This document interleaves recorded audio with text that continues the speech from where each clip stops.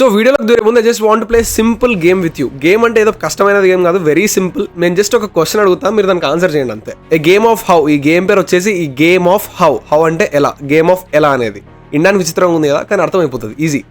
నా దృష్టిలో the most powerful word వచ్చేసి హౌ, ఎలా. ఇంతకంటే పవర్ఫుల్ వర్డ్ నాకైతే తెలియదు. ఎందుకంటే మీరు enough number of times how అని క్వశ్చన్ మిమ్మల్ని మీరు చేసుకుంటే మీరు ఏదో ఒక పాయింట్లో ఆన్సర్స్ లేకుండా ఆగిపోతారు.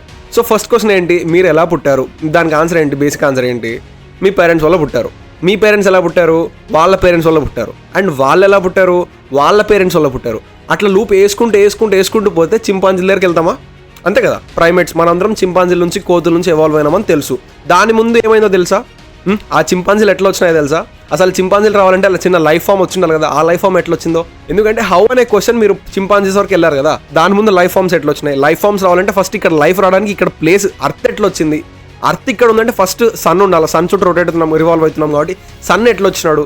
సన్ ఇక్కడ ఉందంటే ఫస్ట్ మన సోలార్ సిస్టమ్ ఎట్లా వచ్చింది. సోలార్ సిస్టమ్ అంటే ఫస్ట్ యూనివర్స్ ఎట్లా వచ్చింది, గ్యాలక్సీలు ఎట్లా వచ్చినాయి, అసలు మనకు తెలిసిన విశ్వం అంతా ఎట్లా పుట్టింది, ఎవరు పుట్టించారు, ఏడ నుంచి వచ్చింది. మైథాలజికల్ ఆస్పెక్ట్లో నేను మాట్లాడట్లేదు, I'm just talking in a purely science perspective.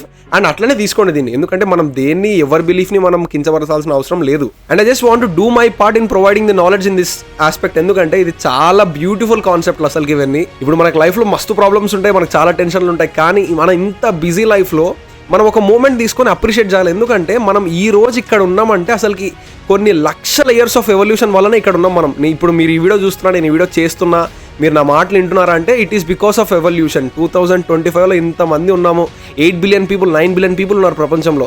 ఇంతమంది ఉన్నారంటే it is because of evolution. And ఎప్పుడైనా మీరు క్వశ్చన్ చేసుకున్నారు, జస్ట్ ఆలోచించండి ఎంత గ్రేట్ క్వశ్చన్ ఇది. రాత్రి కూర్చొని చుక్కల వైపు చూసి జస్ట్ హ్యావ్ టు ఆస్క్ అనమాట, అసలుకి మనం ఎవరం, ఆ చుక్కలేంటి, మనమేంటి, భూమి ఏంది, చంద్రుడు ఎవరు, సూర్యుడు ఎవరు. మిథాలజీ స్టఫ్ అంతా పక్కన పెట్టేసాం. I'm not here to talk about mythology and అంతా దాని గురించి మాట్లాడడం రాలేదు. I just want to educate people on science and astronomy because ఎందుకంటే I feel this doesn't get enough credit and recognition. ఎందుకంటే చాలా అండర్ రేటెడ్ టాపిక్స్ ఇవి. మనం మన లైఫ్లో బిజీ అయిపోయి ఎవరి బాధల్లో వాళ్ళ పడి మనం లైఫ్ని అప్రిషియేట్ చేయడం మానేస్తున్నాము. And this is my small effort to change that.